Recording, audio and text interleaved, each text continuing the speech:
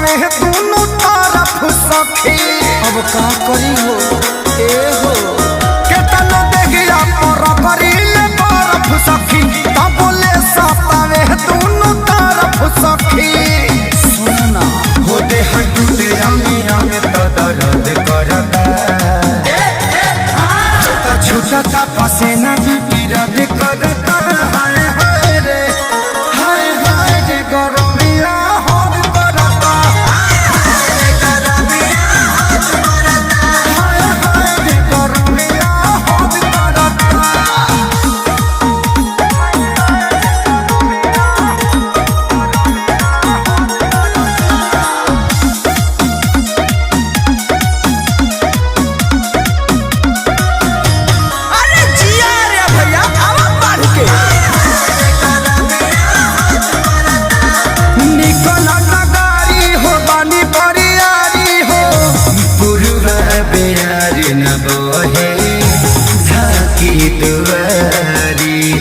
कहीं कुछ नहीं खेबहत के काम पंखा न कूलर एसी करे कुछ मरद जोगाड़ नहीं देसी करे। तो गरम भइल जवानी गरज करता तो छूटता पसीना भी विरोध करता। हाय हाय रे हाय हाय रे गरमिया हद करता।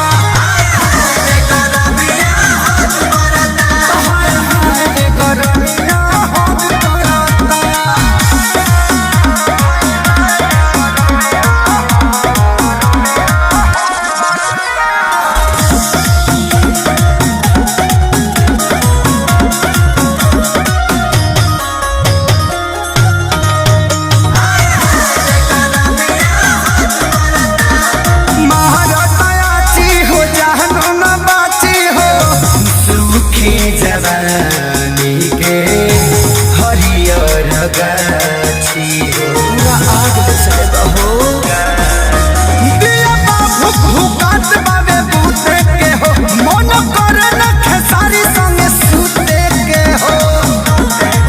आदर्श अखिलेश पारे सरहद करता तो छूटता पसीना भी विरोध करता। हाय हाय रे हाय हाय रे गरमिया हद करता। हाय हाय रे गरमिया हद करता।